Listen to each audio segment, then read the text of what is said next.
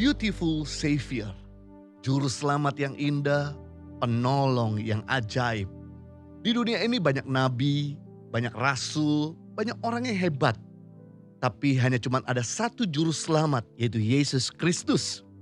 Juru selamat artinya ahlinya keselamatan. Juru masak artinya ahli masak. Juru bicara artinya ahlinya berbicara. Tapi Yesus adalah juru selamat dunia. Tidak ada seorang pun bisa datang kepada Bapa di surga tanpa melalui Yesus. Saya mau bagikan kenapa Yesus disebut beautiful Savior. Penyelamat yang ajaib. Yang pertama, karena ia menyelamatkan waktu kita masih lemah.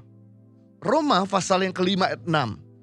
Karena waktu kita masih lemah, Kristus telah mati untuk orang-orang durhaka pada waktu yang ditentukan oleh Allah. Yang menarik, Tuhan menyelamatkan kita pada waktu kita masih lemah. Pada waktu kita sedang tidak berdaya. Tuhan selalu memperhatikan orang-orang yang tidak berdaya. Orang-orang kecil, orang-orang yang lemah. Karena merekalah yang perlu ditolong lebih dulu. Mazmur pasal 10 ayat 17 dan 18. Keinginan orang-orang yang tertindas telah kau dengar. Ya Tuhan, Engkau menguatkan hati mereka. Engkau memasang telingamu untuk memberi keadilan kepada anak yatim dan orang yang terinjak. Supaya tidak ada lagi seorang manusia di bumi yang berani menakut-nakuti. Tuhan selalu memasang telinganya kepada orang lemah dan tertindas. Ia selalu memperhatikan mereka yang hidupnya dalam keadaan sukar. Kabar baik buat kita. Pada waktu kita lemah, pada waktu kita sakit, pada waktu kita berkekurangan. Kita punya beautiful Savior.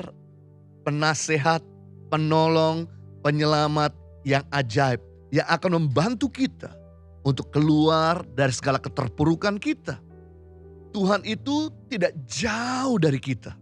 Saking dekatnya itu sebatas di dalam doa.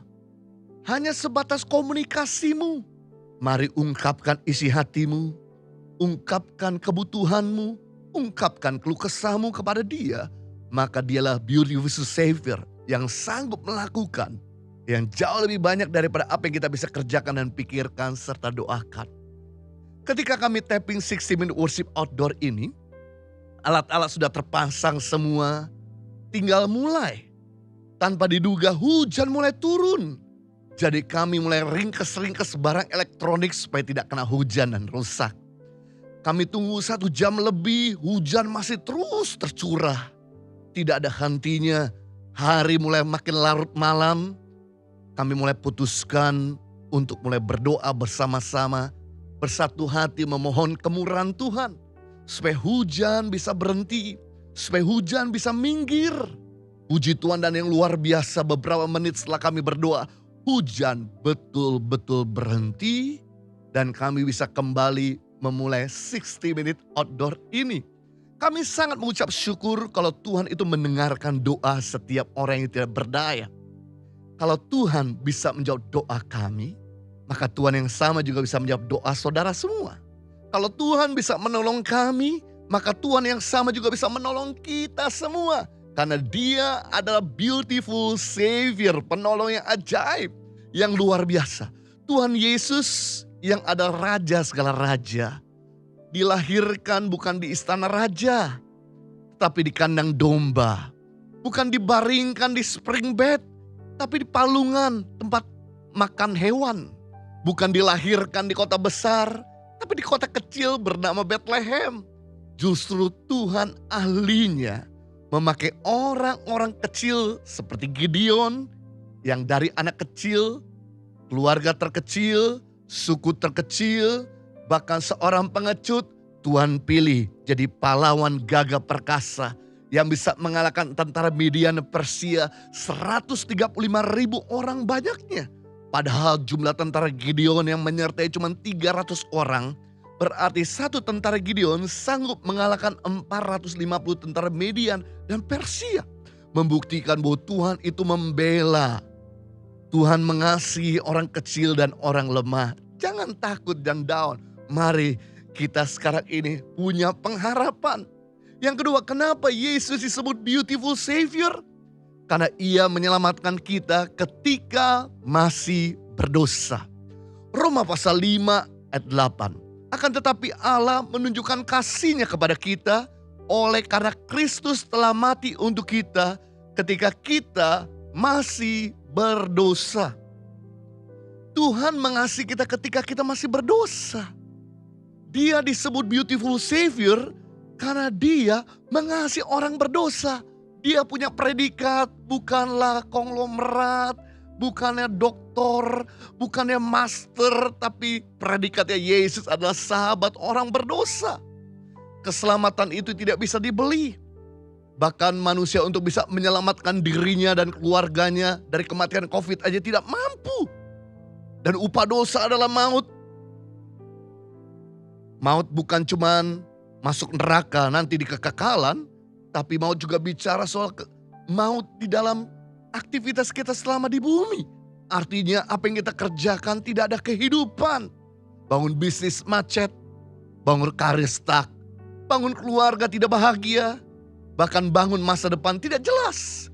Puji Tuhan, kasih karunia Tuhan adalah hidup yang kekal.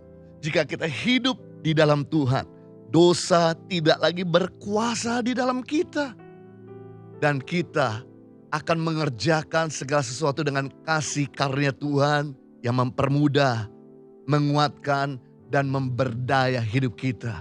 Kita yang masih terikat dengan dosa dan kepahitan, ada kabar baik. Beautiful Savior, penolong yang ajaib, mampu membebaskan, menolong kita dari segala keterikatan. Luar biasa. Yang ketiga, kenapa Yesus disebut dengan beautiful Savior? Karena ia menyelamatkan kita ketika kita masih seteru atau musuh Allah. Roma pasal 5 ayat 10, sebab jika kita ketika masih seteru diperdamaikan oleh Allah oleh karena kematian anaknya.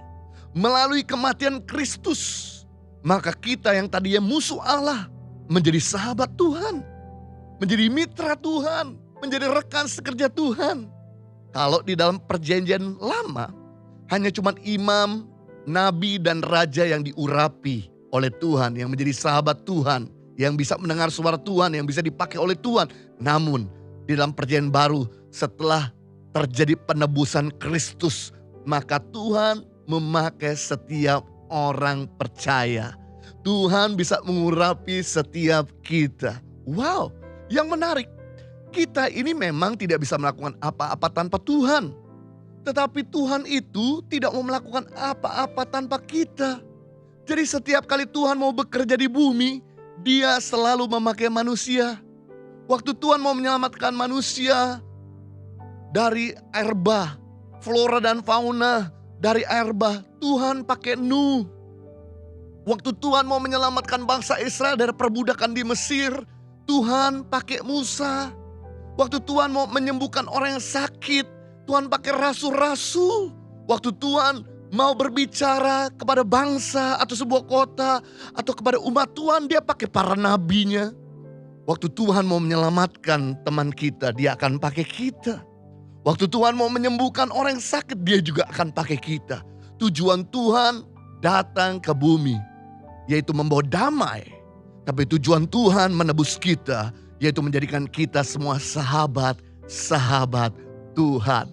Setiap orang yang percaya, siapapun kita, baik orang yang bodoh maupun tidak bodoh, baik orang yang tidak berdaya maupun berdaya, baik orang yang lemah maupun tidak lemah, Tuhan bisa pakai kita.